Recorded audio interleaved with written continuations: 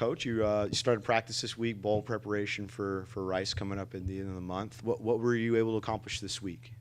I think just getting a good intro into Rice. I think getting out there and showing those guys some of kind of their base looks and installing our base game plan, for what we're going to do in the bowl game. So it's a good way to get a head start. And I think the other big thing is just getting those young guys a lot of work. So we've done a little developmental scrimmage at the end of each practice, and that's been fun to see those guys compete and see the guys who have been kind of down on scout team or filling different roles throughout the season get out there and get a chance. With the bowl game all the way at the end of the month, you guys get a lot of time. You get a lot of time to rest up and heal. You get time to go over Rice. What do you think is going to be the most important aspect of having this time that you want to focus on the most? I think just those guys mastering the plan. I think that's the best part about it is we have a ton of time to study these guys, and yeah, that's a good and a bad thing because sometimes you can overthink things when you have too much time to study an opponent. So these guys mastering what we're doing, allowing them to play fast, and really just going out and doing what we do. Maybe throwing a couple new wrinkles, a couple new window dress some of the plays that we've been running, but just play to our guys' strengths and allow those guys to play confident and play fast in the bowl game is kind of what we're hoping for. Do you have any plays you were holding back just for a bowl game that we'll get to see? No, nothing that we've been holding back just for this bowl game. But there's always week to week some things that we see on film that we might be able to take advantage of and pull something out of the back pocket that maybe we haven't seen before. When we were talking to the coaches, a lot of the things they love about bowl season, like you get to develop a lot of these young players. What have you been able to see from this young group of players that may have not gotten a lot of playing time this season? I think it's been cool to see just the growth in the couple practices. We've been out there and this is the first time we've seen those guys run our plays and do the things that that we do on offense in a while. Since fall camp for most of these guys, and it's been cool to see day to day those guys taking the coaching points and being able to apply them the next day and be a little bit better and, be a little bit better the next day. So just the growth that those guys have shown and the coachability and, just the promise. You can see the talent that a lot of these kids have and the excitement. It's cool for them to get out there and have a chance to go perform. The older guys, the vets who have been playing, like they get out there and they're juiced up, have a ton of energy. So it's really cool to kind of see the team rally behind each other and rally behind those young guys and, let the spotlight be on them. What are a couple of those young guys that you think have really kind of stepped up during this practice? I think naturally, PJ Hatter playing quarterback. I think he's done a great job. I think he's been super coachable. He's been improving, and he's pretty electric when he gets the ball in his hand. So he's a natural playmaker. He's been fun to watch. Trent Lacey has been just absolutely toting the rock, breaking tackles, having a good time, scoring a bunch of touchdowns. At receiver, I think Dylan Rhodes has made some good plays. Freshman walk-on from McKinney has done a really good job catching our eye. And then up front, really all those guys have done a good job. There's a couple days where the 5 or 6 O-linemen that we have going and played 30, 35 plays in a row, so those dudes were gassed for sure. But, all those young guys that we signed up front are doing a great job and still have a long way to go in their development, but are getting better for sure. Kind of what Coach Pack was saying, it doesn't seem like y'all get a lot of sleep these days when you've got recruiting, developing these young guys, and also keeping these your current players kind of. But what is the key to balancing kind of all those kind of 3 sections during this bowl season? Yeah, it's been tough. I think I think we've done a good job. Whereas maybe as the coordinator, I've been a little bit more focused on Rice, and the assistants have gone out and recruited and done some home visits, and I've been there, whenever I need to.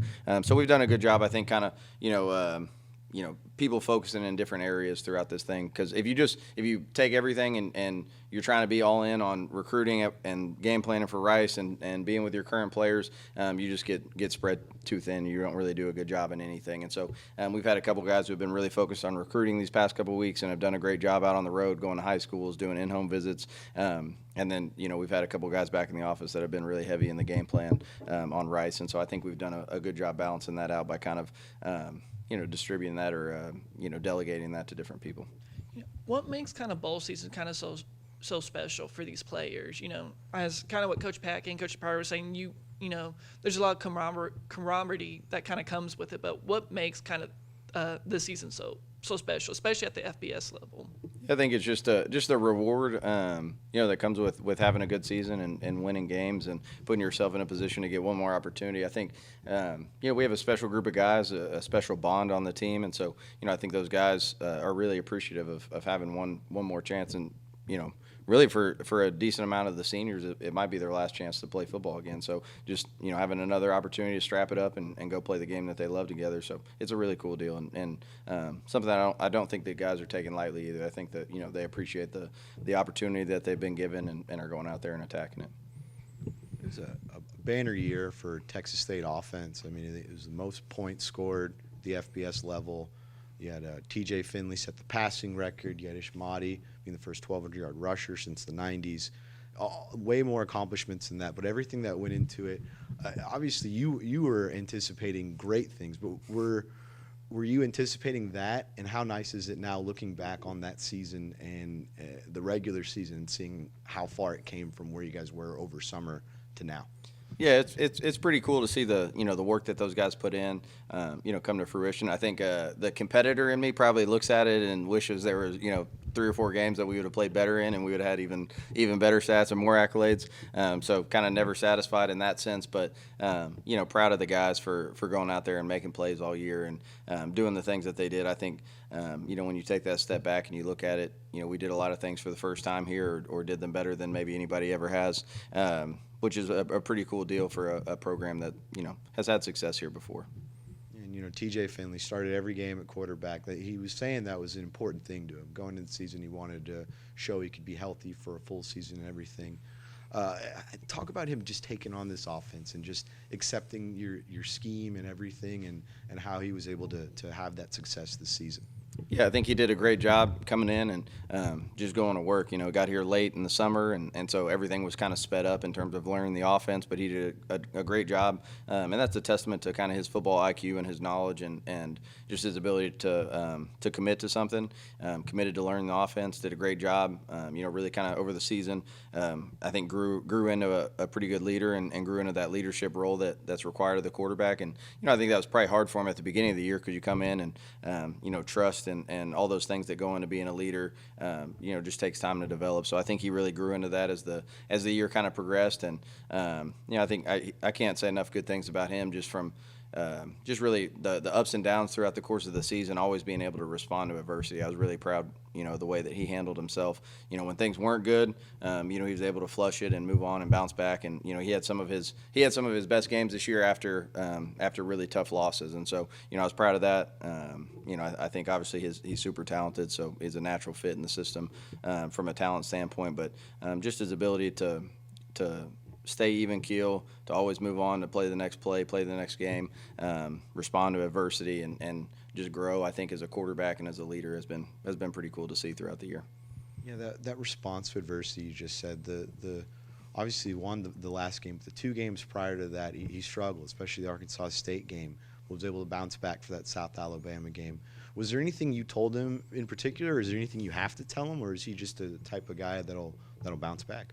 I think he just kind of has a natural resolve to him, and he's been through a lot in his college career, and so he's been through the ups and downs, and I think for me probably the biggest thing that I can do is just continue to stay positive with him and continue to instill that belief and that confidence. That hey, from our end, we trust you. We want you to go out there and make plays and be you. And so as long as he feels that confidence coming from me and that belief coming from me and the rest of the coaching staff, I think he can feel that and hopefully that kind of builds up that confidence and that resolve in him to be able to face those adverse situations.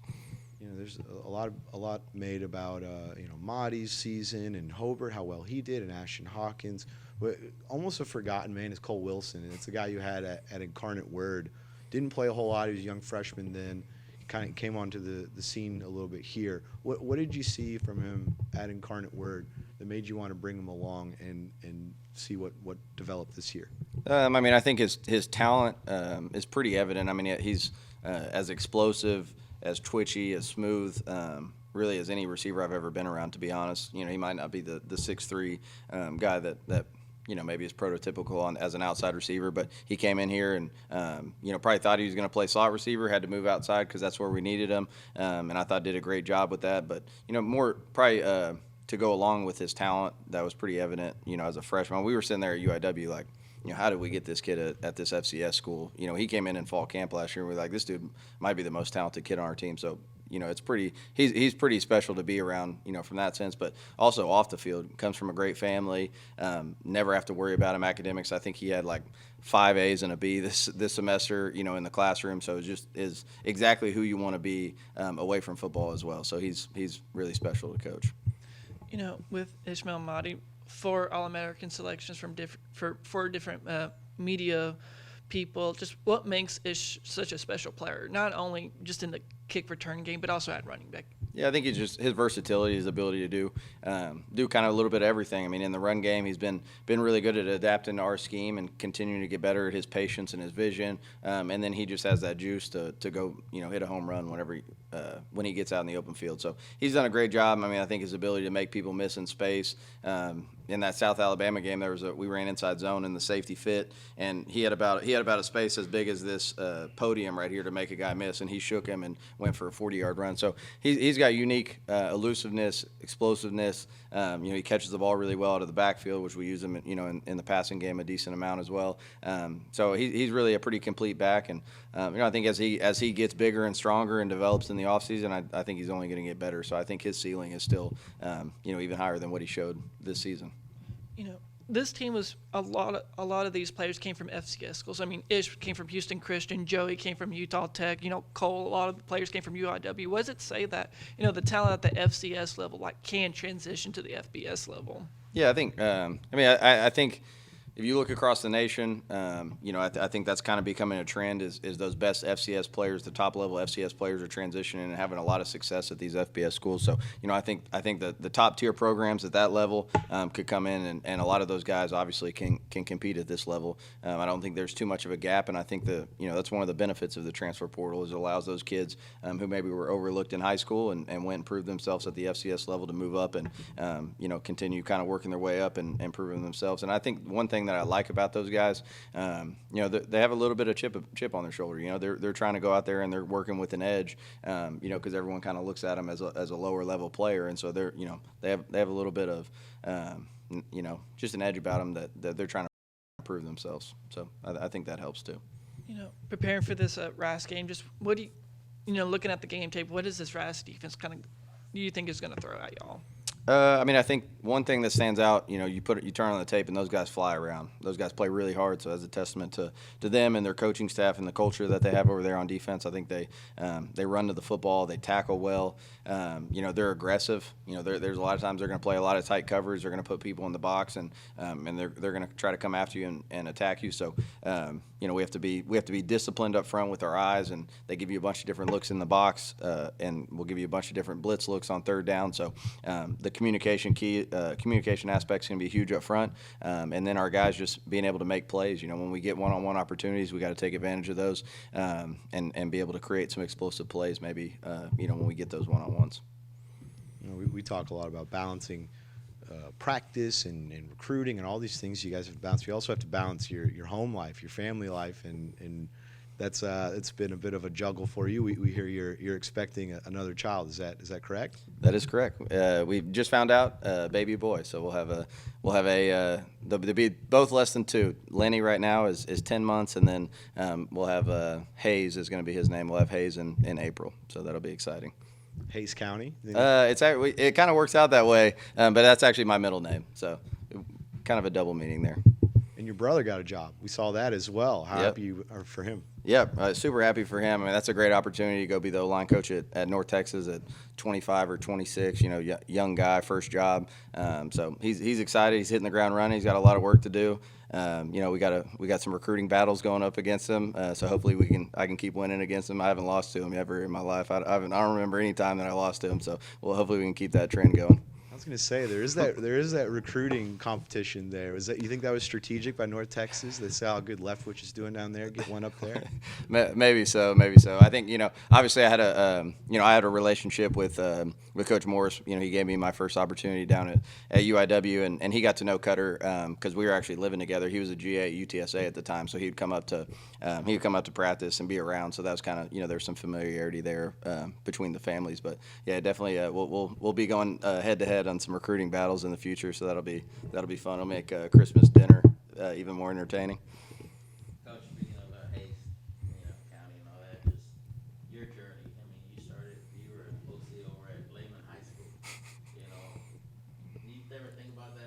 started and where you've been and where you're going and things like that? Just your journey, the way going up. Yeah, it's been pretty cool, and I've been fortunate to just be around really good people that have given me opportunities and have believed in me, and definitely thankful we scored more touchdowns this year than we did whenever I was at Lehman. So you guys are probably a little bit more happy with me here than they were there. But yeah, it's been a cool journey. Everything's happened pretty fast and been on this rise, but really fortunate to be here and love being here. This is a really cool area. I was extremely pumped up to come back, and pretty cool. I'm living in the same neighborhood that I was then, which is a little bit crazy to think about. But yeah, it's been an awesome journey. Fortunate to be where I'm at and have been around the people that I've been around. What are some of the things you learned over there that you carry still today? Honestly, we actually run. Really, the offense that we ran there was a lot of the same principles that we run here. So, just from a football standpoint, a lot of the choice stuff that we do with the receivers and the tempo and all of those things, there's a lot of carryover from there. And I think there probably the biggest thing was, that was my first job coming out of college. So I think just understanding how to work and how to be a professional and the relationship piece with the kids and to be honest, just how to use your personnel. We didn't always have the best players when we were there, but we tried to do the best that we could with what we had and use those guys and play to their strengths. And I think with some of the injuries this year that we've had on offense, moving people around and doing some different things, I've been able to kind of lean on some of the things that I learned back then. Glad I don't have to teach geometry anymore, for sure. That was tough. Glad I don't have that part of my job anymore. But yeah, a lot of cool things from back in the day at Lehman. And even we have one of our QCs, Chasten Evans, he was our best player at Lehman. He was a receiver for me, and so coming here and him being on staff and working together has been pretty cool. That relationship transition from coach to player to coach has been cool. When you were talking about, with your brother coming from UIW, it seems like there's a lot of people that come from UIW that see big success. Coach Morris, got the OC job at Washington State. Now he's taking over at North Texas. Coach Kenny, y'all came to Texas State. I know a lot of people thought they were robbed this year from the FCS playoffs. But what makes kind of Incarnate Word kind of that hot spot for a lot of offensive coaches to go there, kind of get their bearings and eventually kind of leap forward to success at the FBS level? Yeah, I think the biggest thing, I think Coach Morris did a great job just kind of laying the foundation there and, kind of building that program from the ground up. But just the people that have gone through there, I think it's been a special group. I think a lot of that coaching staff at North Texas were guys that, that we worked with at UIW or coached are now on staff there. We've been fortunate to have really good players, really good people in the building. And, when you're around good people and when you're around people that know what they're doing, naturally the young coaches that we had there, you're going to learn and you're going to grow and you're going to become, better than what you were when you started. And so I think just for that place has just been fortunate to have a run of just really good people in the building. And, I think Richard Duran, the athletic director, he's doing a great job there. Every time a coach leaves, he brings in a new guy that, fits the vision, fits kind of the mold and continues to sustain the success. So I think just the people there are pretty special. Coach, for you, just how important has it been? You've been where offense has been high octane, How big is that, just having the athletes to do that with, and how high can you take it? Yeah, hopefully. Our expectation every year when we start fall camp is to be the best offense in the nation, and so we were able to do that at UIW. Fell short this year. I think we ended up finishing 10th in the nation in total offense, so made the top 10, which was a big jump here. But hopefully next year we make an even greater jump, and so I think looking at it, we should get nine of our starters back on offense. That from the Baylor game, day one starter, we should get 9 of those guys back. You're bringing back 3 all-conference receivers. You're bringing back a bunch of O-linemen with starts. You're bringing back your top 2 tight ends, top 2 running backs, your quarterback, all those things. On paper, we should be able to take a step. Those guys have another year in the system, another year playing together, another year in the culture. You would expect just to continue to get better. And we have a lot of work that we got to do in this offseason. The discipline aspect, working on the turnovers, that was a big issue throughout the whole season. So just the little things and being hard and being better as coaches at addressing those things and making sure our guys, are coached up as well as they can be. So, it'll be a fun offseason, but excited to kind of see where that next step takes. And the big, the recruiting thing is huge, right? We got to bring in, when you lose a piece, you got to make sure you're developing the guys on the roster to fill in, but also, seeing is there somebody out there that can make us a championship team next year. So doing a great job recruiting the right guys to bring in and plug into, where we might have some holes. What are some of your personal goals, Coach? I mean, I know everybody's dream once you get to be coaching is to have your own team one day. What's your personal goals? Yeah, I mean, I think down the line I would like to be a head coach at some point. I think I've been fortunate to work for two really good ones, Coach Morris and now Coach Kenny. I try to do a good job of putting myself in their shoes in different situations and preparing myself for one day, running a team and running an organization. But right now, to be honest, I'm focused on being the best offense coordinator I can be and be where my feet are. And think we have a chance to be really good here next year on offense. And so trying to do everything that I can to make sure I'm doing my part, to have success next season. How much easier does it make recruiting? Like, you have the success with with TJ and Ish and then your receivers, and especially how the offense performed. Does it make your job easier? Like when recruits come to San Marcos, they see like what y'all put on the field and it convinces them they want to be a part of that. Yeah, I think so. I think, I was sitting in here when Coach Packey was giving his answer, and I think everybody wants to be a part of a winning culture. Everybody wants to be a part of an offense that puts up points, that's exciting, that plays fast, that gets, as a receiver, you want to be in an offense that's going to give you a little bit of freedom, allow you to be aggressive, is going to get the ball in your hands, out on the perimeter in space. We had 3 all-conference receivers this year, so if you want to be an all-conference receiver, come to Texas State and play for us, right? Our running back is probably going to be a unanimous All-American, 2,000 total yards. We use him in the pass game, in the run game, and you look at the difference. Like last year, he had 400 yards at Houston Christian, and then he jumps up a level and comes to Texas State, plays in our system, and has a 1,200-yard a year rushing. So, I think and as an O-lineman, we've had numerous all-conference guys, Coach Hughes, Coach All-Americans. He's put people in the NFL. So, I think there's not a position where if you look at our offense, you say, I don't. If I'm a running back or I'm a receiver, I don't know if I want to go play in that system. We kind of spread the wealth to everybody, and it's a fun offense to play in. It's a fun style to play in. I think our coaches do a great job. You're going to get coached. You're going to get developed. So there's a lot of redeeming qualities. You turn on the tape when we're on recruiting visits, and it's a lot of explosive plays, which is fun to watch and easy to sell for sure.